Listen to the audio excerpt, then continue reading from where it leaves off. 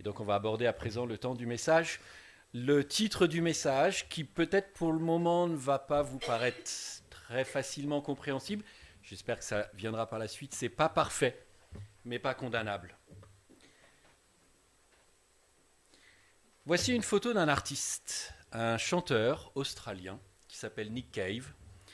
Chanteur, ça ne décrit qu'une petite partie de ses activités. Parce qu'il est aussi poète, il est aussi écrivain, il est aussi peintre, il est aussi céramiste. Un homme de multiples talents.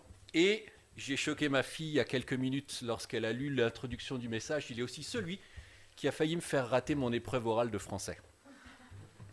L'année où je devais passer le bac de français, j'avais découvert une de ses chansons que je trouvais absolument géniale, que je trouve d'ailleurs toujours absolument géniale. Et à cette époque où il n'y avait pas de replay, eh bien, la chanson, au moment où je me préparais à me rendre à mon lycée, à mon centre d'examen, pour y aller, a commencé à être diffusée. Et j'ai préféré l'écouter en entier jusqu'à la fin que de partir prendre mon bus. J'ai dû courir, j'ai quand même récupéré quelques points. Au-delà de l'anecdote personnelle, l'œuvre de cet artiste, je la trouve particulièrement intéressante.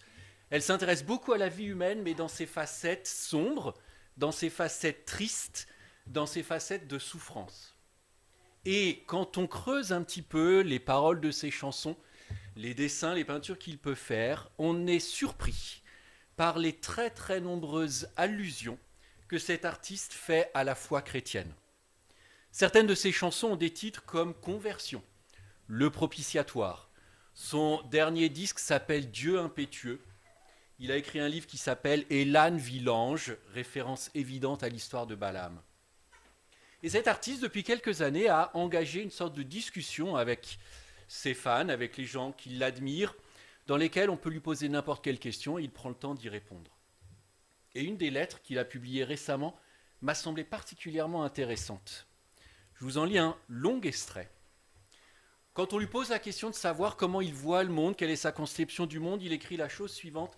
J'ai une nature tournée vers la dévotion et je vois le monde comme imparfait mais beau. Je crois qu'il est de notre devoir moral et urgent de le réparer, là où nous le pouvons, et de ne pas lui causer davantage de tort, ni pire encore, de provoquer délibérément sa destruction. Je pense que nous sommes bien plus que de simples atomes qui s'entrechoquent, et que nous sommes plutôt des êtres doués d'un immense potentiel, placés sur la Terre pour une raison. Magnifier du mieux que nous le pouvons ce qui est beau et vrai. Je crois que nous avons l'obligation d'aider ceux qui sont véritablement marginalisés, opprimés ou en souffrance, de manière utile et constructive, et non d'exploiter leur souffrance pour notre propre avancement professionnel ou notre survie personnelle. Ce qui frappe dans cet extrait, et même dans l'ensemble de la lettre, c'est le nombre de fois où Nick Cave écrit « je crois »,« je pense ». On lit en fait son credo, c'est-à-dire tout ce qu'il pense, les idées qui oriente son action, qui oriente son œuvre, qui oriente sa façon de vivre.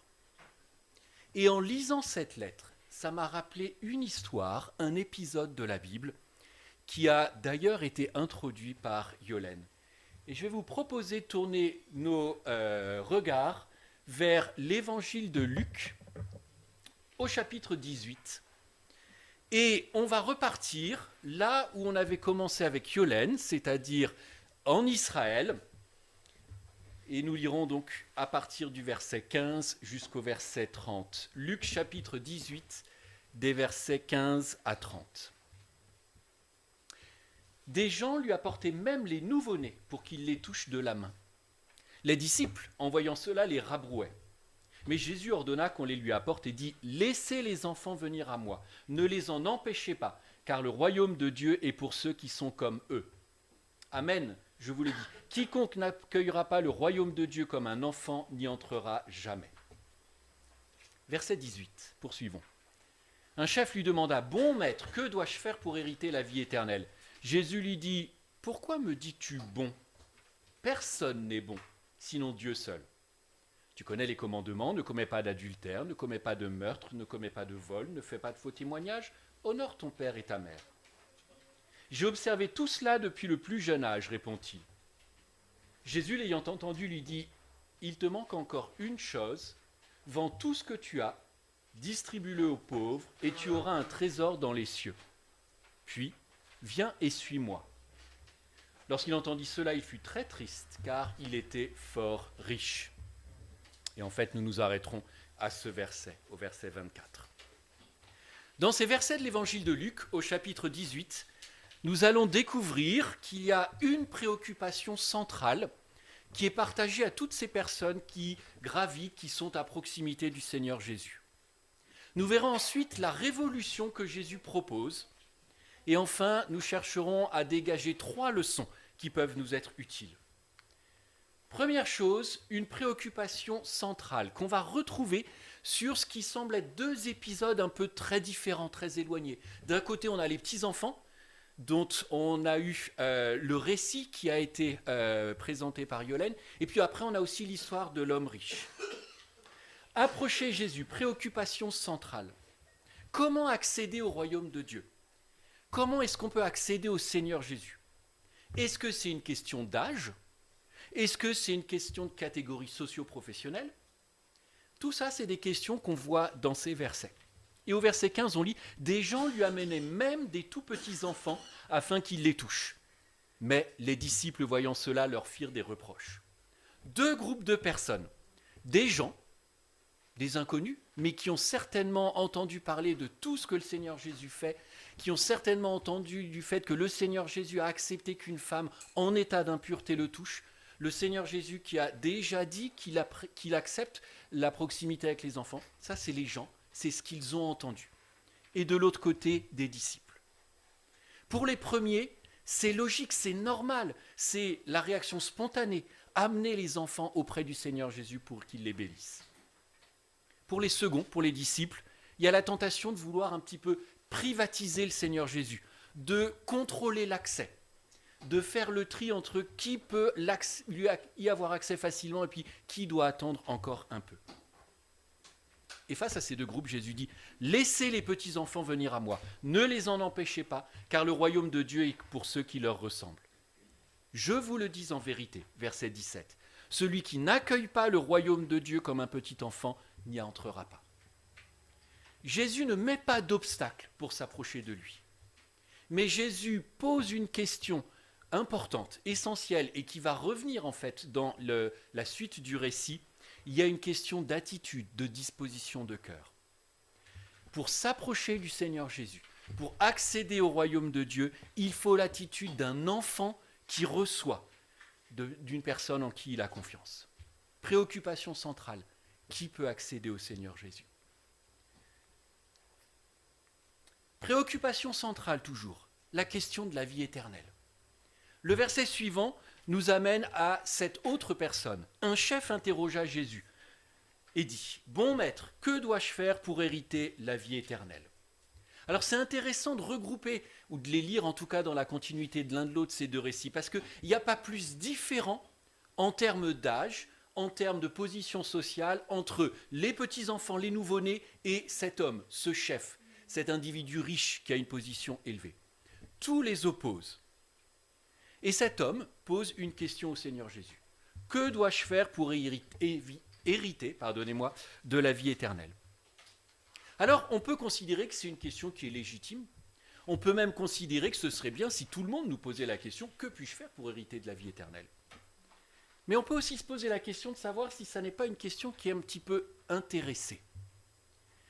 Parce que cet homme riche, il a atteint une position sociale élevée, il a atteint une position sociale confortable, il a un certain nombre de privilèges, et dans une certaine mesure, la vie éternelle, c'est l'assurance que les choses vont continuer. Une personne en état de pauvreté, en situation de souffrance, a peut-être moins d'attirance pour la vie éternelle. Troisième, toujours cette préoccupation centrale. Qui est bon ? Notons la façon dont cet homme, toujours au verset 18, s'adresse au Seigneur Jésus. Bon maître. Et là, le Seigneur Jésus répond immédiatement, personne n'est bon si ce n'est Dieu seul. Ce qui est intéressant, c'est de voir que le Seigneur Jésus n'entame pas une discussion. Il n'est pas en train de demander à cet homme, bon, qu'est-ce que tu entends par là ? Qu'est-ce que tu veux dire ? Qu'est-ce qui te fait penser ? Le Seigneur Jésus va plutôt lui dire, personne n'est bon si ce n'est Dieu seul. Et en quelque sorte, cette phrase du Seigneur Jésus, elle cherche trois choses. D'abord, il me semble que c'est une façon indirecte pour le Seigneur Jésus d'affirmer sa divinité. Le titre bon maître, c'est pas quelque chose qui sonne bien, c'est pas quelque chose qui permet de bien engager la discussion ou de le placer sur de bonnes bases. Le titre bon maître, il est adapté parce que Jésus est fils de Dieu. Ce que le Seigneur Jésus dit aussi, c'est en quelque sorte une façon de cadrer, donner un cadre à la discussion. L'homme interroge sur la vie éternelle, mais la vie éternelle ne doit être vue, ne doit être comprise que dans la présence d'un Dieu parfait, d'un Dieu bon, d'un Dieu juste et d'un Dieu saint. Et lorsque le Seigneur Jésus dit à cet homme « Personne n'est bon si ce n'est Dieu seul », le Seigneur Jésus rappelle à cet homme « La vie éternelle, c'est la vie éternelle avec ce Dieu qui est saint, qui est juste, qui est bon, qui est parfait. » Et enfin, c'est aussi peut-être une invitation que le Seigneur Jésus pose à cet homme. Une invitation d'aller au-delà du bon maître, de sa première déclaration, pour en suivre la logique et donc le reconnaître comme sauveur et Seigneur. Puisque Jésus est le bon maître, alors allons à la suite de ce bon maître. Acceptons-le comme Seigneur de nos vies. Ça, c'est cette préoccupation centrale sur accéder à Dieu, accéder au Fils de Dieu, avoir la vie éternelle, être en relation avec Dieu. Et ceci va permettre au Seigneur Jésus en quelque sorte de changer ou de montrer à cet homme, à son auditoire, qu'il faut changer, il faut révolutionner la façon de voir les choses. Et le Seigneur Jésus va d'abord proposer un test, à partir du verset 20. Le Seigneur Jésus, en réponse à cet homme, lui dit « Tu connais les commandements, tu ne commettras pas d'adultère, tu ne commettras pas de meurtre, tu ne commettras pas de vol, tu ne porteras pas de faux témoignages, honore ton père et ta mère. » Le Seigneur Jésus utilise des critères d'évaluation qui sont très connus. Et d'abord, moi, ce qui m'a interpellé, c'est que le Seigneur Jésus est, en quelque sorte, très sélectif dans les versets, puisqu'il se base sur des paroles de l'Ancien Testament qu'il dit à cet homme. Le Seigneur Jésus, par exemple, ne va pas parler de Genèse 15, 3. Genèse 15, 3 qui nous dit « Abraham crut à Dieu et il fut déclaré juste ». Le Seigneur Jésus ne va pas utiliser le psaume 51 qui met en évidence que l'homme est pécheur, que l'homme a besoin d'être sauvé. Le Seigneur Jésus va utiliser des versets qui sont en fait les lois, les commandements qui organisent la totalité de la vie de cet homme. Cet homme, ce chef, et tous ses contemporains, toutes celles et ceux qui vivent autour de lui, connaissent la loi de Moïse, les 10 commandements. Et donc Jésus, le Seigneur Jésus va citer 5 des 10 commandements. On peut imaginer qu'en fait c'est sous-entendu que c'est l'ensemble des 10 commandements que le Seigneur Jésus a en tête. Ça c'est le test. Et regardons le verset 21.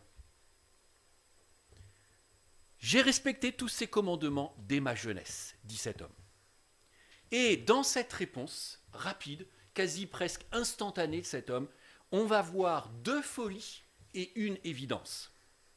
La première folie d'abord, c'est la folie de répondre instantanément au Seigneur Jésus. Pourquoi je m'en suis arrivé à penser qu'il y avait un peu de folie de la part de cet homme ? Eh bien, j'ai en tête l'épisode où des pharisiens avaient surpris une femme en état d'adultère, et quand le Seigneur Jésus leur pose une question, silence, et ils se retirent un à un. Et là, cet homme, lorsque le Seigneur Jésus lui fait un résumé de la loi, lui dit « J'ai respecté tous les commandements dès ma jeunesse ». Il y a cette première folie de répondre instantanément.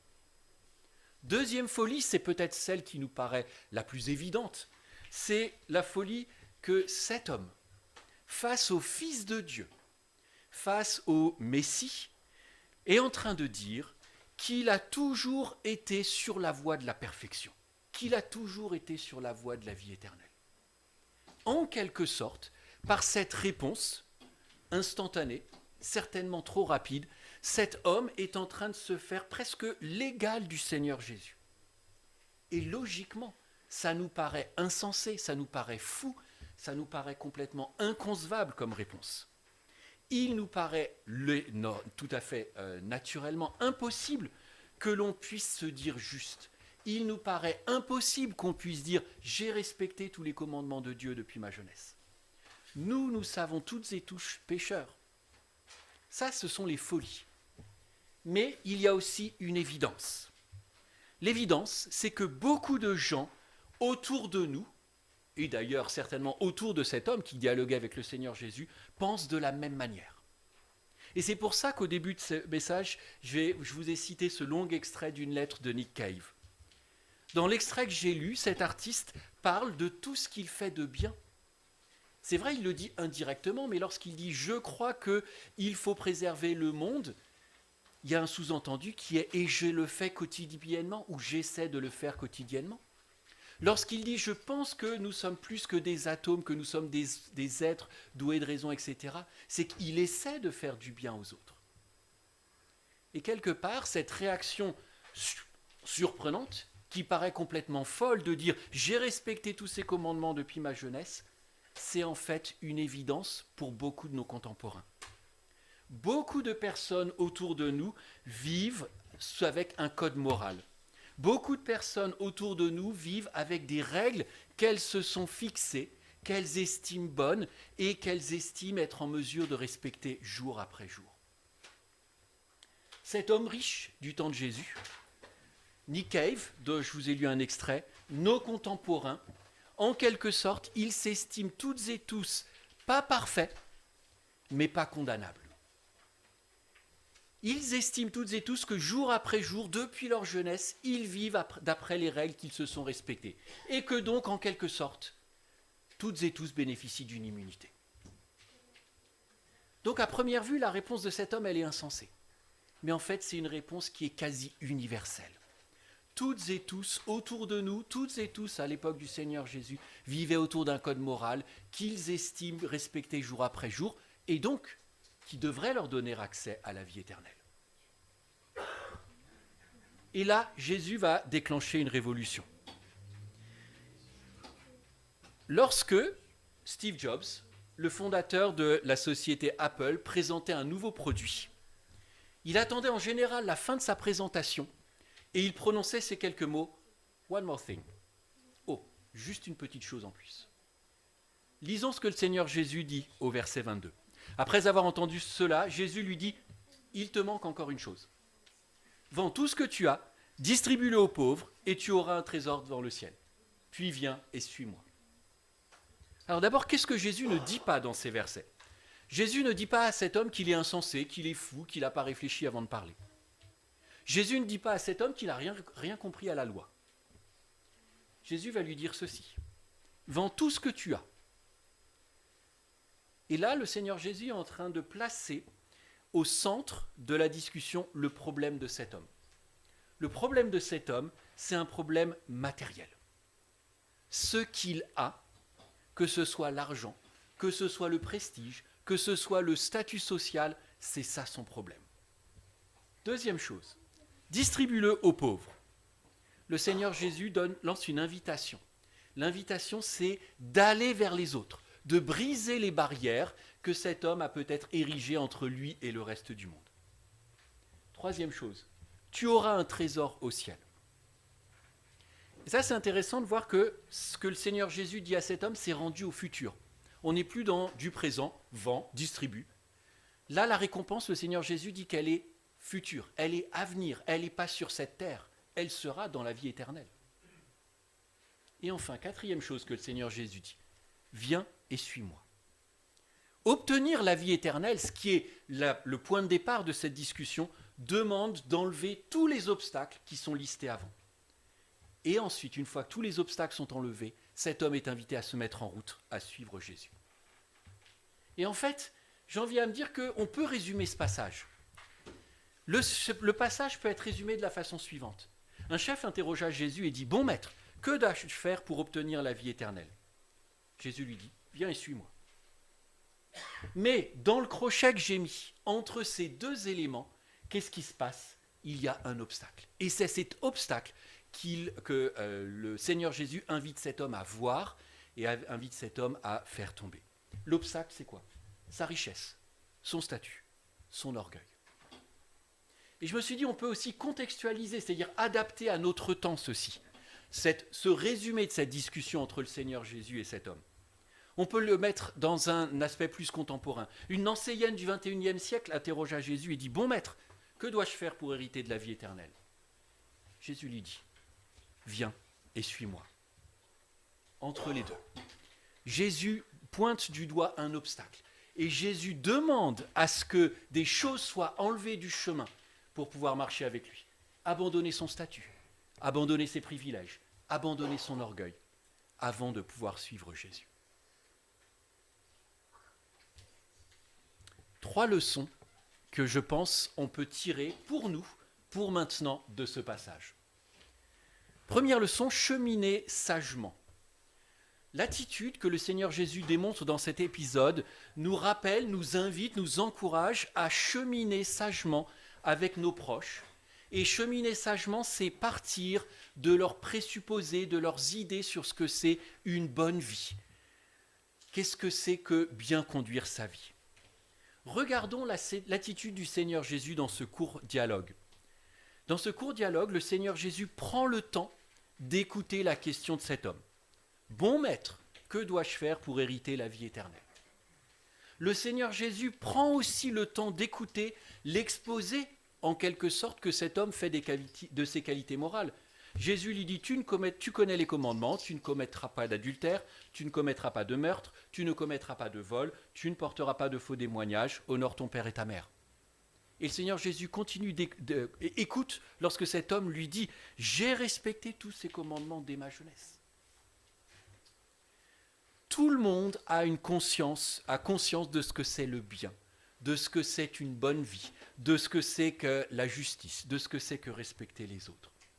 Et donc beaucoup de personnes, l'immense majorité des personnes autour de nous, et je pense que chacune et chacun de nous, on a des exemples en tête, on a des noms qui nous viennent, de collègues de travail, d'amis, de membres de nos familles.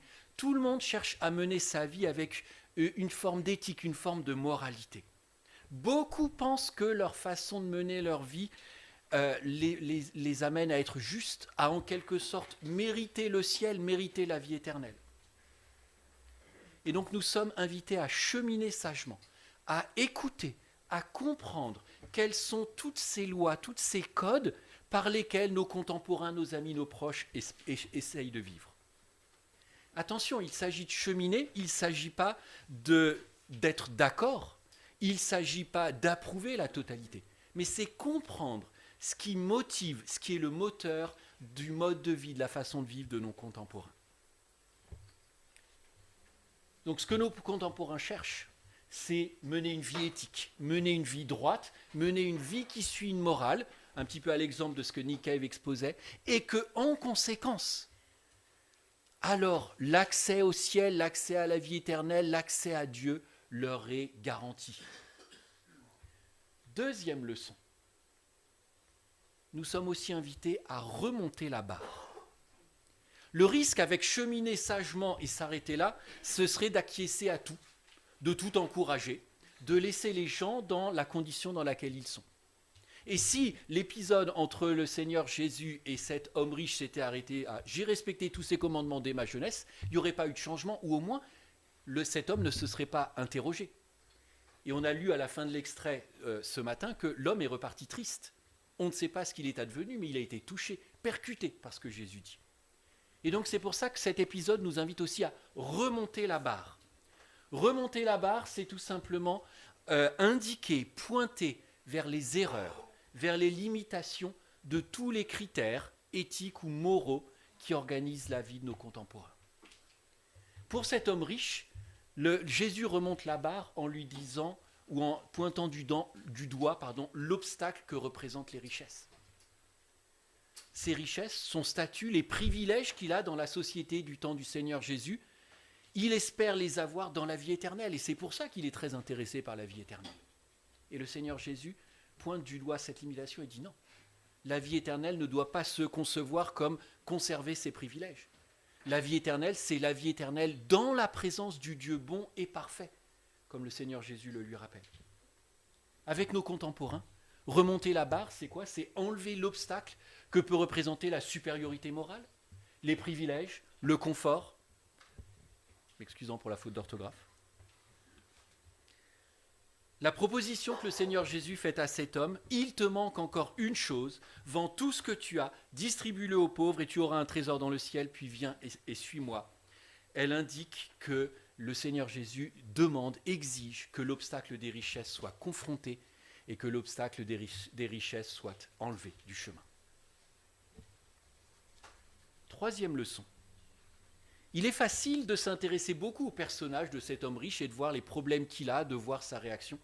Mais ce passage est aussi pour nous l'occasion de nous interroger, de nous poser des questions sur nous-mêmes. Et je vous propose trois interrogations, trois questions. D'abord, qu'est-ce que j'attends de la vie éternelle ? Est-ce que la vie éternelle, c'est un petit peu comme l'homme riche, que c'est tout simplement l'assurance, la garantie que ma position, les privilèges que j'ai seront maintenus dans l'éternité ? Est-ce que j'attends de la vie éternelle que ça me récompense de tous les efforts et toutes les privations que j'ai eues ? Ou est-ce que la vie éternelle, c'est cette attente de pouvoir passer l'éternité dans la présence de Dieu face à lui ? Qu'est-ce que j'attends de la vie éternelle ?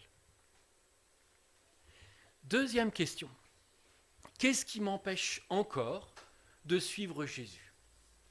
Quels sont les obstacles que j'ai encore, que j'ai placés, qui m'empêchent ou tout au moins qui me ralentissent pour suivre Jésus ? Il y avait un énorme obstacle pour cet homme riche. Et pour nous qui sommes croyantes et croyants, pour nous qui avons confessé publiquement Jésus comme Sauveur et Seigneur, on n'a peut-être plus d'énormes obstacles qui empêchent d'avancer avec Jésus, qui bloquent le passage. Mais est-ce qu'il n'y a pas des choses qui nous ralentissent ? Et elles peuvent être très nombreuses, très diverses, très variées. Mais posons-nous la question, qu'est-ce qui nous empêche ?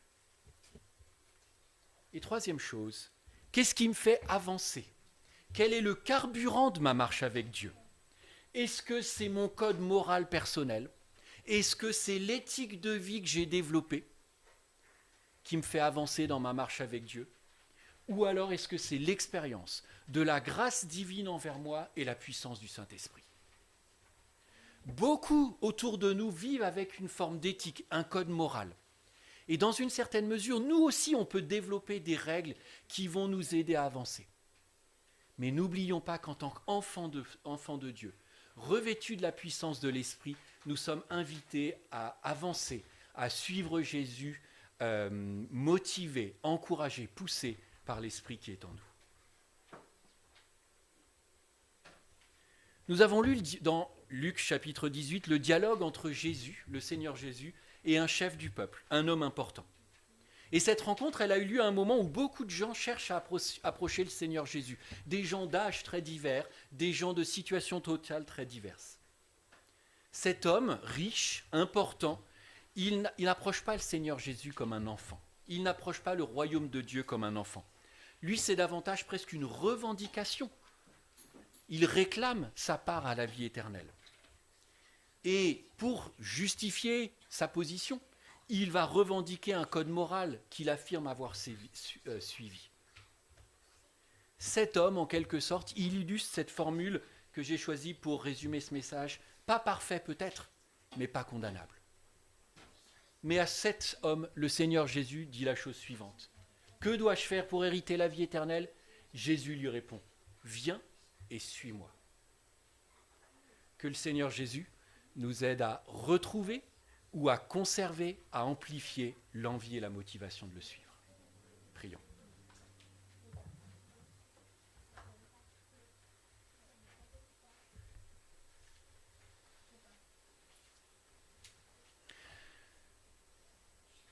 Notre Dieu, notre Père, nous te remercions pour ta parole, pour la richesse des exemples qui nous sont donnés. Et nous te remercions, Seigneur Dieu, pour ce que tu nous as permis de lire, ce à quoi tu nous as permis de réfléchir ce matin. Et Seigneur, nous voulons ce matin, au début d'une nouvelle semaine, nous souvenir de l'appel que tu lances, de te suivre. Tu connais chacune de nos vies, Seigneur, tu connais chacune de nos situations. Tu connais les obstacles, les difficultés, les problèmes auxquels on va faire face dans la semaine à venir. Mais nous te prions, Seigneur, de nous aider à garder en tête, garder dans le cœur cette motivation à te suivre, à répondre positivement, quotidiennement à ton invitation. Et nous te remercions, Père Céleste, parce que tu nous as équipés de ton esprit. Et nous te prions, Seigneur, de nous aider à y être obéissants, à répondre à ces commandements, à ces demandes, à ces encouragements qu'il nous adressera dans les jours à venir. Dans le nom du Seigneur Jésus. Amen.